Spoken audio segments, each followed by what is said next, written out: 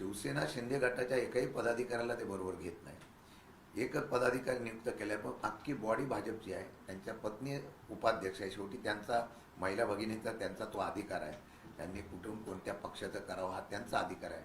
परंतु दोन पक्षाची भूमिका घेऊन चालणं मला वाटतं कितपत योग्य आहे मला वाटत नाही. अध्यक्ष, दिल्लीमध्ये ऑपरेशन तुतारीची खूप जोरदार चर्चा होती, मात्र त्याला कुठेतरी ब्रेक लागलाय. ऑपरेशन तुतारीची खूप चर्चा होती, त्याला ब्रेक लागलाय अशी माहिती मिळते. कारण एकनाथ शिंदे कुठेतरी वरचढ होत आहेत भाजपला आणि त्यामुळे या तुतारीला ब्रेक लावला ऑपरेशन तुतारी. मला वाटतं की ह्या बातम्या सातत्याने देण्याचा प्रयत्न येत होतो की महायुतीमध्ये काय आलबेल नाही आहे.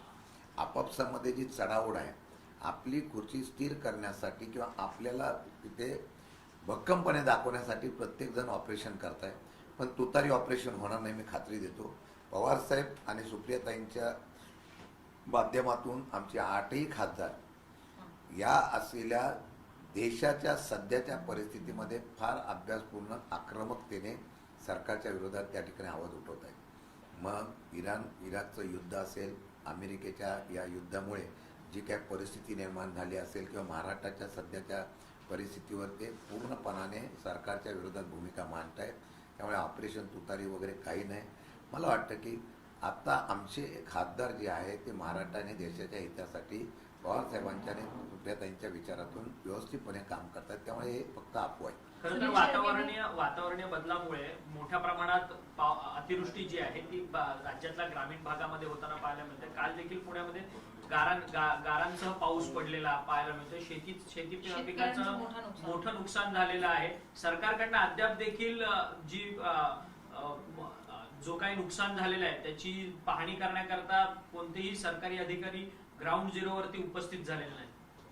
गेल्या अधिवेशनामध्ये आम्ही हा विषय मांडला होता. मागशीच मदत मिळालेली नाही आहे. अतिवृष्टीमुळे आणि अवकाळीमुळे जी काय नुकसान झाले ती दिली नाही, हे राज्य सरकारने सुद्धा कबूल केलं.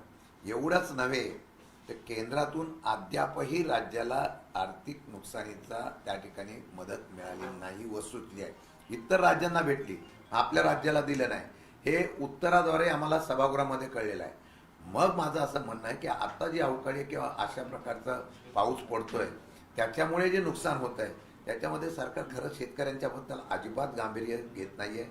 शेतकऱ्यांच्या पेक्षा आता निवडणुकीला कसं निवडून यायचं त्यांना तंत्र माहीत पडल्यामुळे सामान्य लोकांचा प्रश्नाला त्यांना वेळ द्यायला गरज नाही. आज मुख्यमंत्री आसामच्या प्रचार दौऱ्याला गेलेले आहे, पण एकही मंत्री अद्यापही अवकाळी पाऊस झालेल्या ठिकाणी गेला नाही. हे महाराष्ट्राच्या शेतकऱ्यांचा दुर्दैव आहे. पुन्हा एकदा सुनील शेळके यांनी काल विलिनीकरणाचा मुद्दा उपस्थित केला. सुनेत्रा पवार यांच्यावरती सगळं काही अवलंबून आहे असं ते वारंवार म्हणतात. तर त्यांच्याशी काही बोलणी करणार किंवा अशी काही चर्चा आहे का? मी कालही सांगितलं, तुमचा हात कुठलीच चर्चा नाही आहे. ही चर्चा आता आम्ही कामाला लागलेलो आहोत. बरेच प्रश्न आहेत महाराष्ट्रात, देशात. त्या महाराष्ट्राच्या आणि देशाच्या प्रश्नावर आता आम्ही संघटन म्हणून आता आक्रमकतेने उतरण्याचा प्रयत्न करणार आहोत. सध्या तरी ही चर्चा अशी कुठेच नसल्यामुळे त्याच्यावर काय आज भाष्य करणं योग्य नाही. शरद पवारांच्या नेतृत्वात जर ते येऊ पाहत असतील तर ते त्यांना तुम्ही ऍक्सेप्ट कराल? अशी चर्चाच नाही ना. असं चर्चाच नसेल तर मी सांगायचं तर मी आता अध्यक्ष म्हणून तुम्हाला सांगतो, अशी कुठलीच चर्चा झालेली नाही आहे. कालही मी सांगितलं, आजही सांगतो, आम्ही आता फक्त पक्ष वाढवणे, पक्ष मजबूत करणे आणि त्याचबरोबर महाराष्ट्रामध्ये पर्याय उभं करणं एवढंच आमचं काम सध्या. ऑपरेशन तुतारीच्या अनुषंगाने दिल्ली विमानतळावर एकनाथ शिंदेंना, निलेश लंके, मोहिते पाटील, बाळामाशी अनेक मंडळी भेटली होती अशी माहिती समोर येते. तुम्ही राज्याचे अध्यक्ष आहात, तुमचं त्यांच्याशी काय बोलणं झालं का? त्यांचं काय आश्वासनं दिली जात आहेत का एकनाथ शिंदेकडून? अजिबात अशा पद्धती कुठली चर्चा माझ्या कानावर नाही. मी स्वतः संबंधित आमच्या सगळ्या लोकांशी चर्चेमध्ये आहे, पण कुठल्याही प्रकारची अशी चर्चा कुठेही नाही, हे मी ठामपणाने सांगतो. सर, जवळपास 71 लाख लाभार्थी महिला जे आहेत त्या लाडकी बहीण योजनेतून वगळण्यात आल्याचं कळतंय. कसं पाहताय? मी मागेही सांगितलं होतं, निवडणुकीच्या अगोदर त्यांनी त्याप्रमाणे निर्णय घेतला आणि सरसकट वाटून निवडणुकीच्या माध्यमातून ते फायदे घेतलेले होते असं दाखवून आता त्या लाभार्थी महिन्यांचं त्या ठिकाणी नाव जर कमी करत असेल तर दुर्दैव आहे. माझ्या माहितीप्रमाणे 71 लाख अजून त्यांचा सर्वे चालू आहे. अजून नावं जेवढे कमी करता येतील तेवढी कमी करून हा आर्थिक बोजा जो पडलेला आहे निवडणुकीच्या आश्वासनाचा तो आता कमी करण्याचा प्रयत्न हा त्या ठिकाणी केला जातोय, हा माझा सरळ आरोप आहे. बोंधूबाबा खरातच्या प्रकरणामध्ये दीपक केसरकर यांनी एक दावा केलेला होता की जवळपास माझ्यावरतीच का आरोप लावले जातात आहेत, तर माझ्या सकट जवळपास 39 आमदारांनी या बोंधूबाबाच्या खरं तर भेटीगाठी घेतलेल्या आहेत, त्यामुळे मलाच कुठेतरी या सगळ्या प्रकरणात अडकवलं जातं असं त्यांनी वक्तव्य केल्यानंतर अनेक आमदारांची नाराजी जी आहे ती त्यांच्यावरती पाहायला मिळते शिवसेनेची. दीपक केसरकरांनी ती नावं जाहीर करावी, आणि एवढंच नव्हे, अनेक आमदारांच्या बाबतीमध्ये त्यांनी वक्तव्य जरी केलं तर त्यांना अडकवतं कोण हे तरी त्यांनी जाहीर करावं ना. त्यांना अडकवतो कोण? आता मला तर कळलं की खरातांच्या भावाला हे पोषण आहाराच्या बाबतीमधलं कॉन्ट्रॅक्ट दिलं गेलेलं आहे. ते कोणी दिलं? त्यावेळेला शिक्षण मंत्री कोण होते? ते दीपक केसरकर होते का कोण होते? ते त्यांनी खुलासा करणं गरजेचं आहे ना. मग तुम्ही म्हणता की फक्त कार्यक्रमाच्या निमित्ताने गेलो, मग हे लाभार्थी कसे झाले? याचा अर्थ तुमच्या असलेल्या पदाचा आणि तुमच्या असलेल्या अधिकाराचा वापर करून त्यांनी त्याच्या भावाला लाभ करून दिला ना. मग हे कोणी केलेलं आहे? दीपक केसरकरांनी ते स्पष्ट करणं गरजेचं आहे. काल महिला आयोगाच्या खर्चाच्या संदर्भात ज्या कालावधीमध्ये रुपाली चाकणकर होत्या त्या कालावधीमध्ये जो काही निधी तरतूद करण्यात आलेली होती त्या खर्चाचं आता ऑडिट केलं जाणार आहे. एवढंच नाही तर महिला बालकल्याण विभागाचं सुद्धा ऑडिट केलं जाणार आहे अशी माहिती मिळते आहे सूत्रांकडनं. आपली यावर काय प्रतिक्रिया? ज्या पद्धतीनं तरतूद वाढली रुपाली चाकणकर यांच्या कालावधीमध्ये, ती वाढलेली तरतूद पाहता आणि न झालेली कामं पाहता त्याचं आता ऑडिट केलं जाणार आहे. नाही, जर तरतूद ज्या कामासाठी केली त्याचा उल्लेख असावा आणि त्या कामासाठी तरतूद केली नसेल तर मग तरतूद का करावं लागली हा एक प्रश्न येईल. आणि जर तरतूद करून त्याचा खर्च विनियोग जर व्यवस्थित झाला नसेल, तो चुकीच्या पद्धतीने झाला असेल तर त्याचा ऑडिट होणं गरजेचं आहे. हे करत असताना आजही मला सांगावंसं वाटतं की महिला बाल कल्याण खात्याच्या वतीने हा जो प्रकार झालेला त्याच्यावर कुठल्या प्रकारचं स्टेटमेंट आलेलं नाही.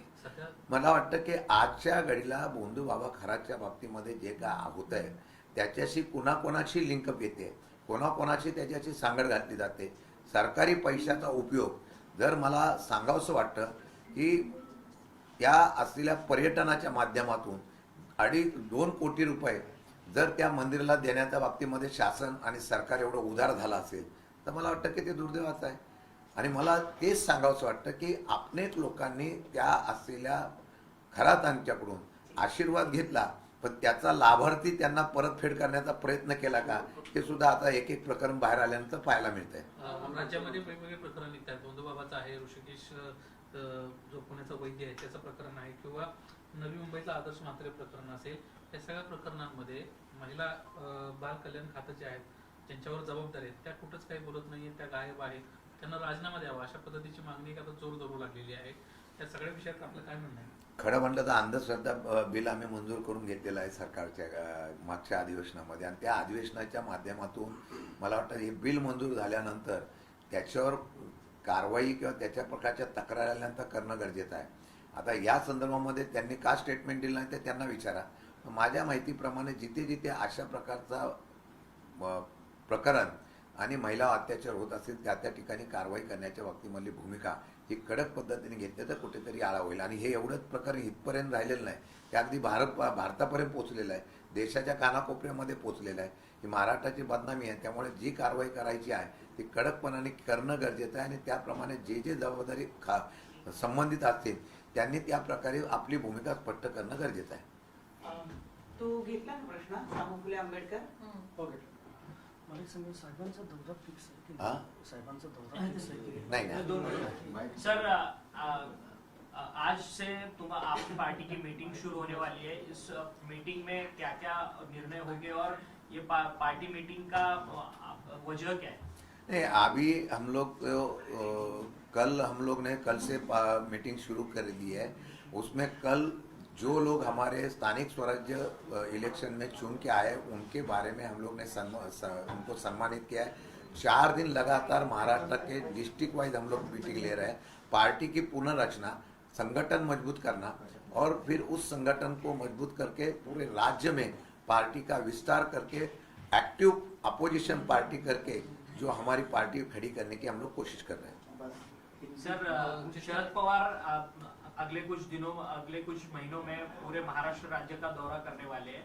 उनका दौरा किस तरह से रहेगा और इस प्लानिंग कुछ पार्टी की तरफ से हुई है क्या उनके दौरे? नहीं नहीं, हमने तो अभी पार्टी की संगठन को मजबूत करके, जो पार्टी को मजबूत करके खड़ा करने के बाद फिर हम लोग एक्टिव होने के लिए शुरुआत करेंगे। उसके बाद हम लोग अलग अलग इशू में आंदोलन करेंगे।